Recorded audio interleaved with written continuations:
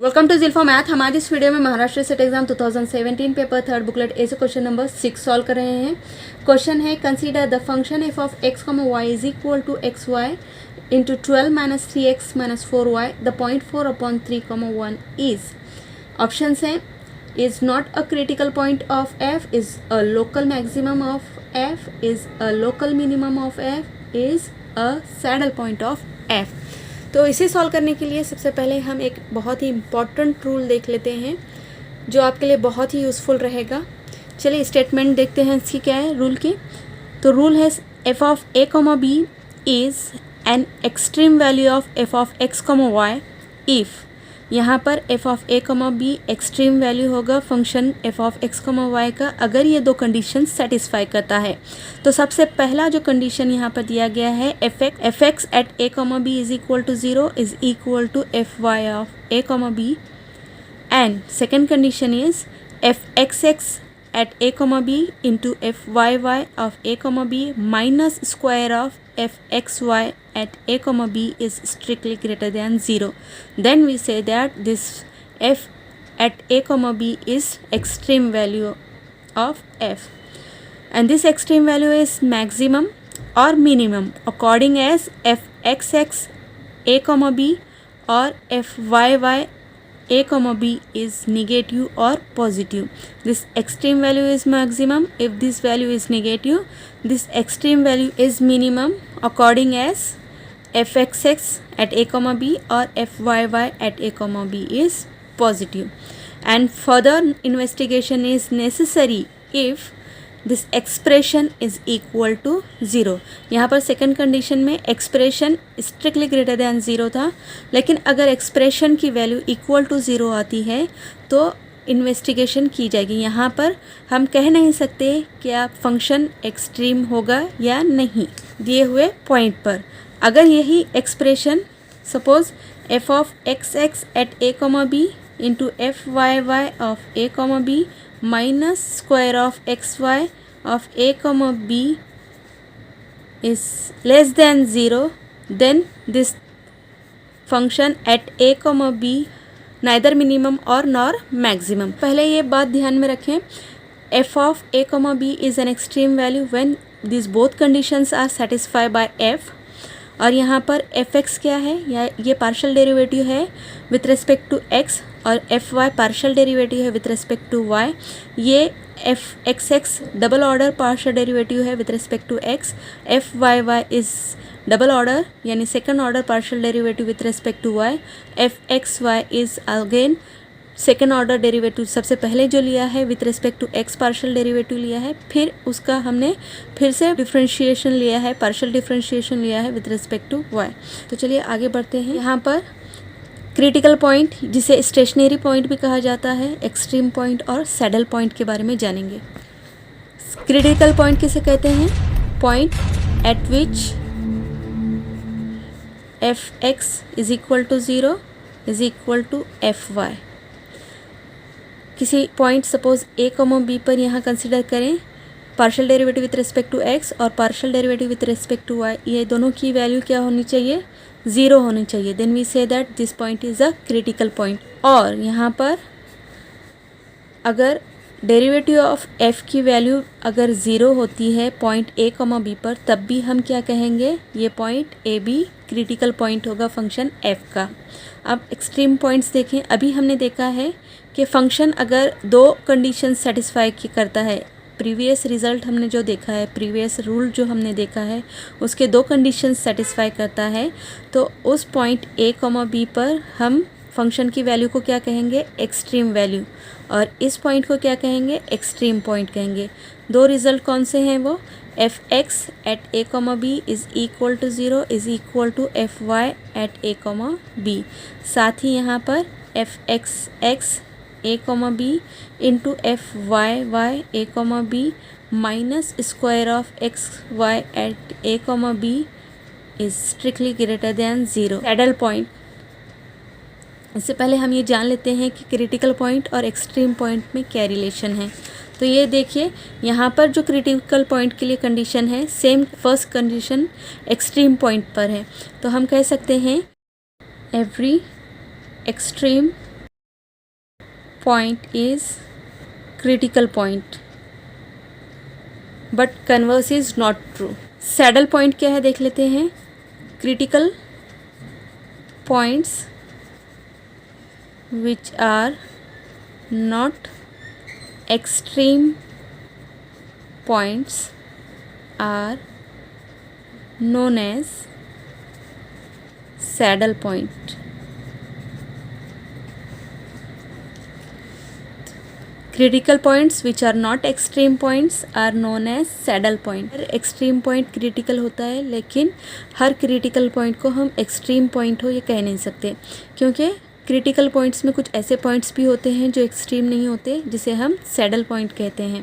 Question में हमें function F of x comma Y is equal to x Y into 12 minus 3x minus 4y दिया गया है और पॉइंट दिया गया है 4/3, 1. तो हम फंक्शन एफ को किस तरह से लिखेंगे, ये मल्टीप्लाई कर देंगे, ब्रैकेट ओपन कर देंगे. 12xy into 3x² minus 4xy². Partial derivative लेंगे with respect to x as well as with respect to Y.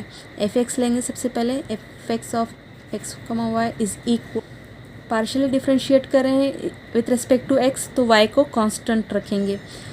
12y minus 6xy minus 4y².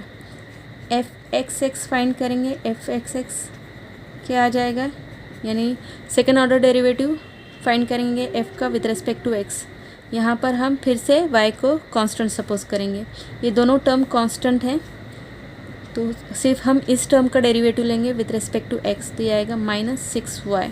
इसी तरह एफ वाई फाइंड करेंगे. ठीक है, यहाँ पर देखिए x को हम कांस्टेंट सपोज करेंगे. ये आएगा 12x minus 3x² minus 8xy. Second order derivative with respect to y लेंगे. F Y Y X comma Y is equal to, ये कांस्टेंट टर्म है, ये कांस्टेंट टर्म है, इसी में सिर्फ y का फंक्शन है, तो ये क्या आ जाएगा माइनस 8x आएगा.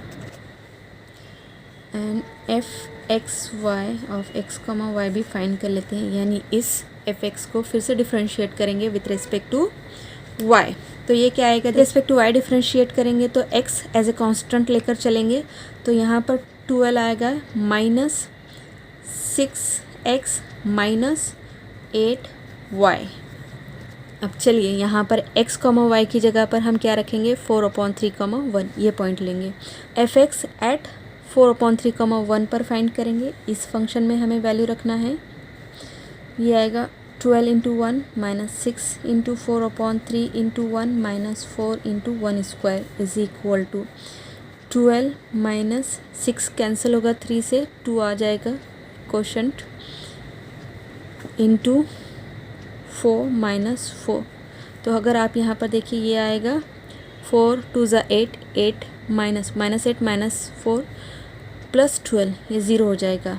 एफ एक्स एट, इसे P का नाम दूंगी मैं, suppose this point is P, तो यहाँ पर P लेकर चलेंगे.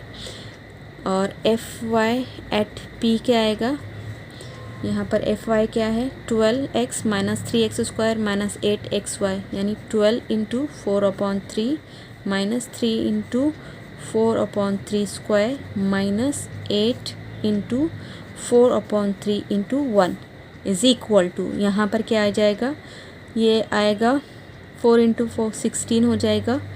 ये 4² डिवाइडेड बाय 3 आएगा माइनस ये आएगा 32 divided by 3 and it is equal to 48 minus 16 minus 32 divided by 3. This is 48 minus 48 divided by 3 and it is equal to 0. F Y दिए हुए पॉइंट पर यानी 4/3, 1 पर क्या आया है, 0 आया है. F X at 4/3, 1 is equal to 0 is equal to F Y at 4/3, 1. यहाँ पर हम क्या कहेंगे, point 4/3, 1 is a critical point. Point 4.3,1 ये क्रिटिकल पॉइंट है। अब इसे हम चेक करेंगे कि क्या ये पॉइंट एक्सट्रीम पॉइंट है। इसके लिए हम सेकंड कंडीशन सेटिस्फाई होती है या नहीं देखेंगे। सेकंड कंडीशन क्या थी? It is f(x)(x) at 4/3,1 into f(y)(y) at 4/3,1 minus square of f(x)(y) at 4/3,1 ये इक्वल टू 0 आता है या ग्रेटर देन 0 आता है या नहीं देखेंगे, या फिर लेस देन 0 आता है। चेक करेंगे कि ये वैल्यू क्या आती है। तो यहाँ पर देखेंगे, यहाँ पर f(x) एट 4/3,1 क्या आता है फाइंड करेंगे। f(x) एट 4/3,1 पर ये वैल्यू क्या होगी? -6 होगी। f(y)(y) at 4/3,1 it is equal to, यहाँ पर ये वैल्यू -32/3 होगी। और f(x)(y) एट x(y) पर यानी 4/3,1 देखें 12 -6/4/3 -8 इज़ इक्वल टू 12 माइनस यहाँ पर 8 -8 आएगा। It is equal to -4। Calculate कर लेते हैं ये expression.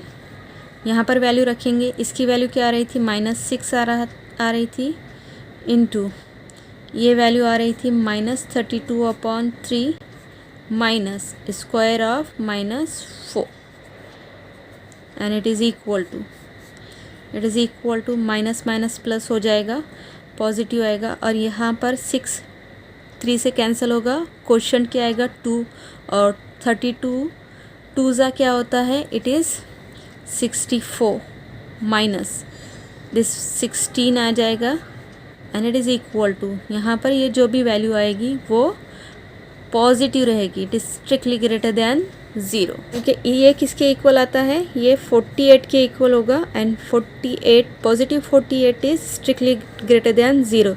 That means this expression is strictly greater than 0 at 0.4 divided by 3,1।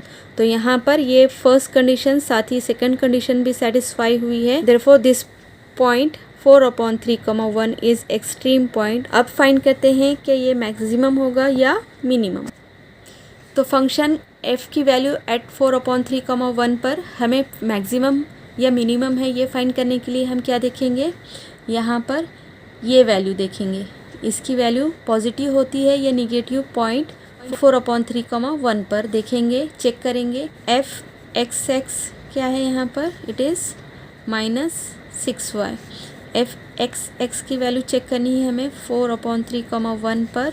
तो यहाँ पर -6 इंटू 1 इज़ इक्वल टू -6 आ रहा है। ठीक है, आप साथ ही अगर ये भी वैल्यू चेक करना चाहते हैं तो चेक कर लें। f(y)(y) एट 4/3,1 ये क्या वैल्यू थी? f(y)(y) की वैल्यू -8x है। ठीक है, और ये वैल्यू क्या आ जाएगी? -8 into 4/3 is equal to -32/3 and both value are less than 0, यानी ये वैल्यू निगेटिव आ रही है 0.4/3,1 पर। तो by using rule we can say that this function f at 4/3,1 is maximum. क्योंकि यहाँ पर एक पर्टिकुलर पॉइंट ही दिया गया है, इसलिए ऑब्वियसली ये लोकल मैक्सिमम होगा फंक्शन f का। पॉइंट इज़ लोकल मैक्सिमम, क्योंकि इस पॉइंट पर फंक्शन की वैल्यू मैक्सिमम है। तो चलिए ऑप्शन चेक करते हैं कौन से ऑप्शन पर आंसर दिया गया है।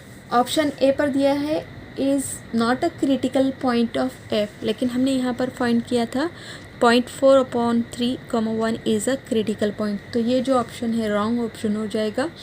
ऑप्शन बी पर दिया है is a local maximum of f। Obviously यहाँ पर हमने फाइंड किया है फंक्शन दिए हुए पॉइंट पर मैक्सिमम है। ठीक है, तो ये ऑप्शन करेक्ट ऑप्शन है। नेक्स्ट सी देखो, is a local minimum of f। यहाँ पर ये पॉइंट लोकल मैक्सिमम फाइंड हो रहा है, तो लोकल मिनिमम तो होगा ही नहीं, therefore C option is the wrong option. D देखिए, डी पर दिया है is the saddle point of F. Critical point जो एक्सट्रीम पॉइंट नहीं होता उसे हम सैडल पॉइंट कहते हैं, लेकिन यहाँ पर क्रिटिकल, ये जो पॉइंट दिया गया है क्रिटिकल पॉइंट भी है, साथ ही एक्सट्रीम पॉइंट है। Therefore option D is the wrong option because this given point is not a saddle point.